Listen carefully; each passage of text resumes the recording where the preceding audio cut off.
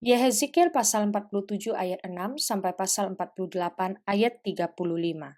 Lalu ia berkata kepadaku, "Sudahkah engkau lihat, hai anak manusia?" Kemudian ia membawa aku kembali menyusur tepi sungai. Dalam perjalanan pulang, sungguh sepanjang tepi sungai itu ada amat banyak pohon, di sebelah sini dan di sebelah sana. Ia berkata kepadaku, "Sungai ini mengalir menuju wilayah timur dan menurun ke Araba Yordan dan bermuara di Laut Asin. Air yang mengandung banyak garam dan air itu menjadi tawar, sehingga kemana saja sungai itu mengalir, segala makhluk hidup yang berkeriapan di sana akan hidup. Ikan-ikan akan menjadi sangat banyak, sebab kemana saja air itu sampai, air laut di situ menjadi tawar, dan kemana saja sungai itu mengalir, semuanya di sana hidup. Maka penangkap-penangkap ikan penuh sepanjang tepinya mulai dari En-Gedi sampai En-Eglaim. Daerah itu menjadi penjemuran pukat, dan di sungai itu ada berjenis-jenis ikan, seperti ikan-ikan di laut besar, sangat banyak. Tetapi rawa-rawanya dan paya-payanya tidak menjadi tawar, itu menjadi tempat mengambil garam. Pada kedua tepi sungai itu tumbuh bermacam-macam pohon buah-buahan, yang daunnya tidak layu dan buahnya tidak habis-habis.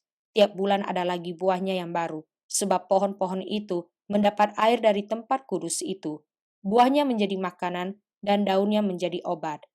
Beginilah firman Tuhan Allah. Inilah batas-batas tanah yang kamu harus bagi-bagi menjadi milik pusakamu di antara kedua belah suku Israel. Yusuf mendapat dua bagian. Tanah itu harus kamu bagi rata, yaitu tanah yang dengan sumpah kujanjikan memberikannya kepada nenek moyangmu, dan dengan demikian tanah ini menjadi milik pusakamu. Inilah perbatasan tanah itu, di sebelah utara, dari Laut Besar terus ke Hetlon, sampai jalan masuk ke Hamat dan terus ke Zedad. Berota, Sibraim yang terletak di antara daerah kota Damsyik dan daerah kota Hamat, terus ke Hazar Enon yang di daerah kota Hauran.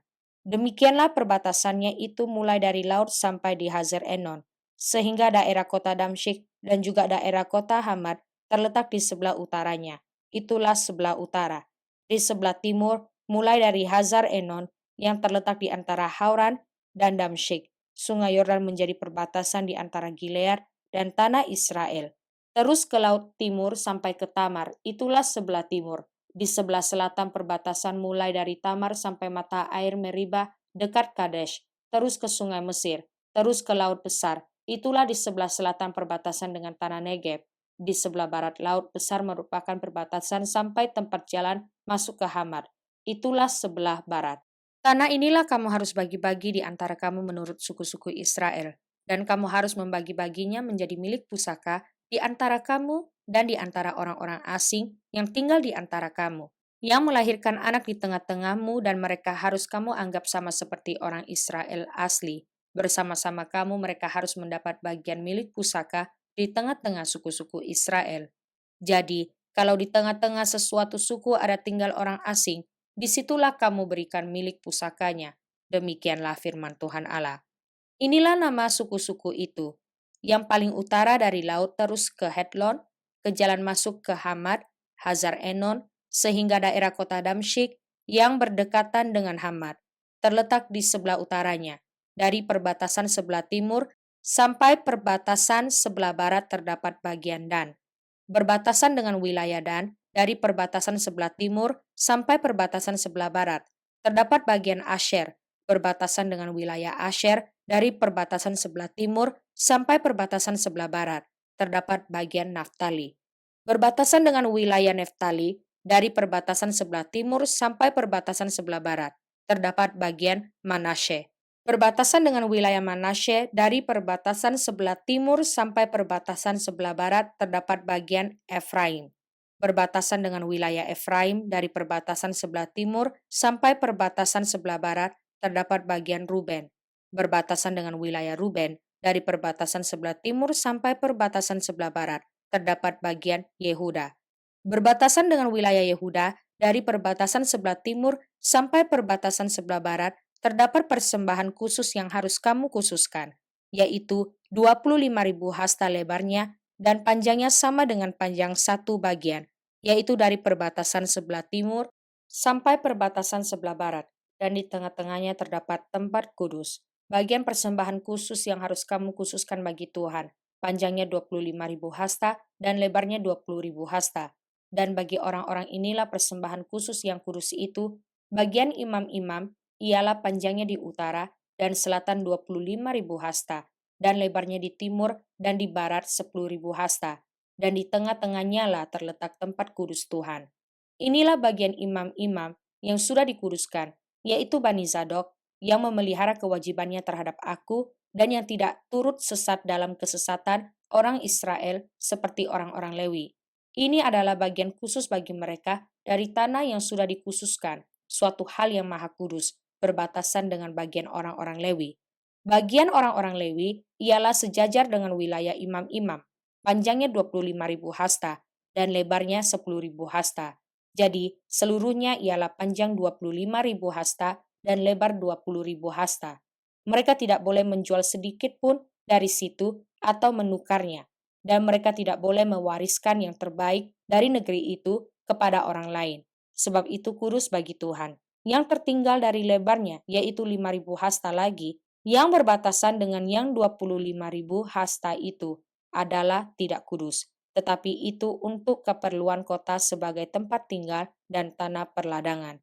Dan ukurannya adalah begini, sebelah utara dan selatan, 4.500 hasta, sebab timur dan barat juga 4.500 hasta.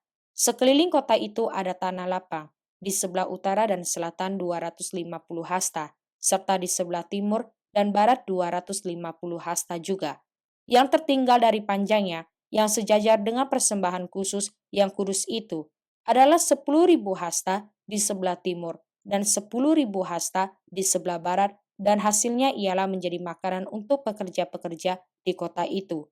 Pekerja-pekerja ini yang datang dari semua suku Israel akan mengerjakannya. Seluruh persembahan khusus itu adalah 25.000 hasta kali 25.000 hasta.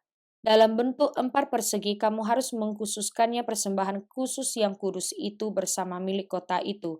Selebihnya adalah milik raja, yaitu di sebelah timur dan barat dari persembahan khusus yang kudus dan milik kota itu. Dan berbatasan dengan yang 25.000 hasta itu ke timur sampai di perbatasan timur, dan ke barat sampai di perbatasan barat, dan sejajar dengan bagian suku-suku lain, adalah untuk raja. Di tengah-tengah bagian itu adalah persembahan khusus yang kudus dan bait suci, terkecuali milik orang-orang Lewi dan milik kota itu, yang terletak di tengah-tengah kepunyaan raja itu. Maka yang diapit oleh wilayah Yehuda dan Benyamin adalah bagi raja. Mengenai suku-suku yang lain, dari perbatasan sebelah timur sampai perbatasan sebelah barat, terdapat bagian Benyamin.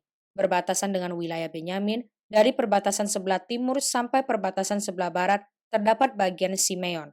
Berbatasan dengan wilayah Simeon, dari perbatasan sebelah timur sampai perbatasan sebelah barat, terdapat bagian Isakar. Berbatasan dengan wilayah Isakar dari perbatasan sebelah timur sampai perbatasan sebelah barat, terdapat bagian Zebulon. Berbatasan dengan wilayah Zebulon dari perbatasan sebelah timur sampai perbatasan sebelah barat, terdapat bagian Gad.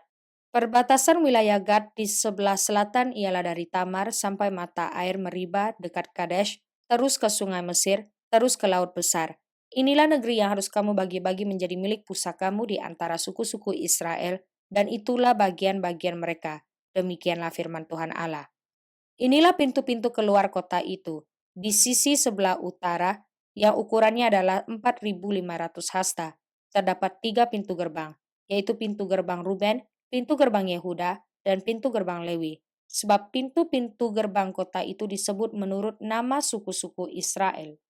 Di sisi sebelah timur yang ukurannya 4.500 hasta, terdapat 3 pintu gerbang juga, yaitu pintu gerbang Yusuf, pintu gerbang Benyamin, dan pintu gerbang Dan.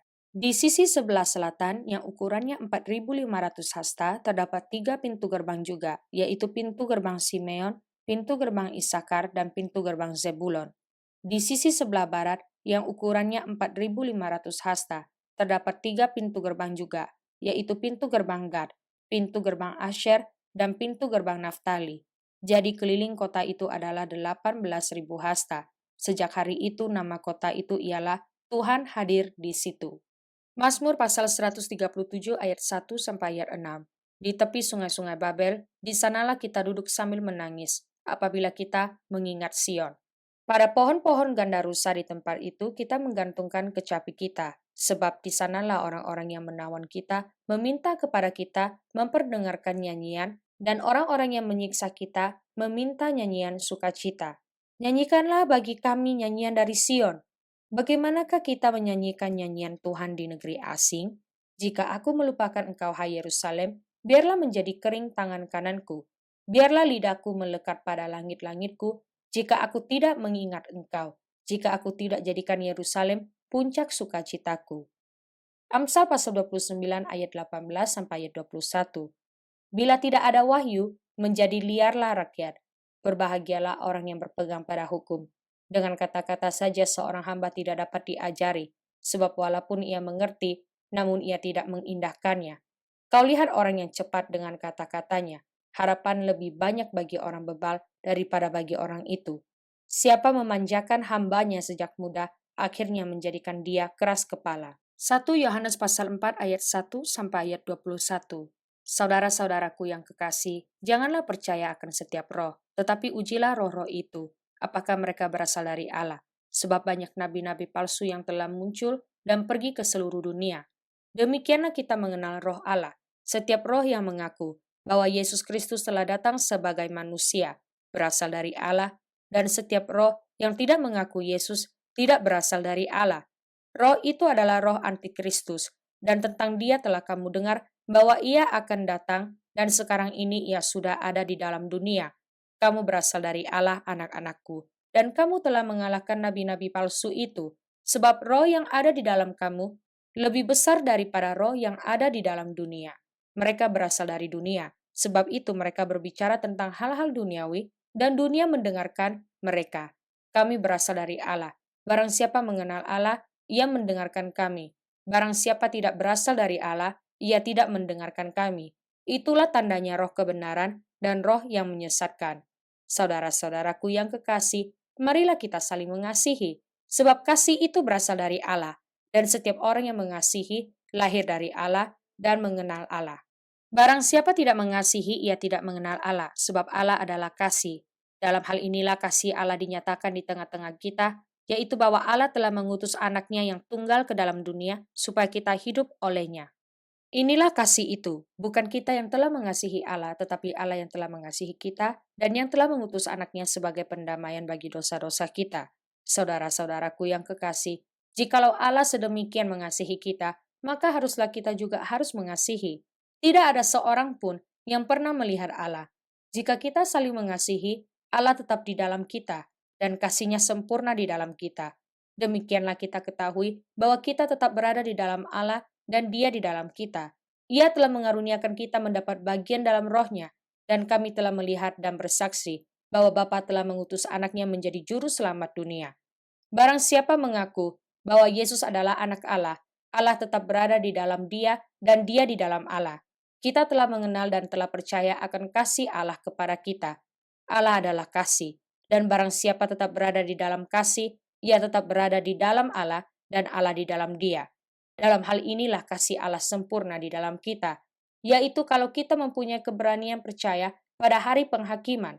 Karena sama seperti Dia, kita juga ada di dalam dunia ini. Di dalam kasih tidak ada ketakutan. Kasih yang sempurna melenyapkan ketakutan, tetapi ketakutan mengandung hukuman, dan barang siapa takut, ia tidak sempurna di dalam kasih. Kita mengasihi karena Allah lebih dahulu mengasihi kita. Jikalau seorang berkata, "Aku mengasihi Allah," dan ia membenci saudaranya, maka ia adalah pendusta. Karena barang siapa tidak mengasihi saudaranya, yang dilihatnya tidak mungkin mengasihi Allah yang tidak dilihatnya. Dan perintah ini kita terima dari Dia, barang siapa mengasihi Allah, ia harus juga mengasihi saudaranya.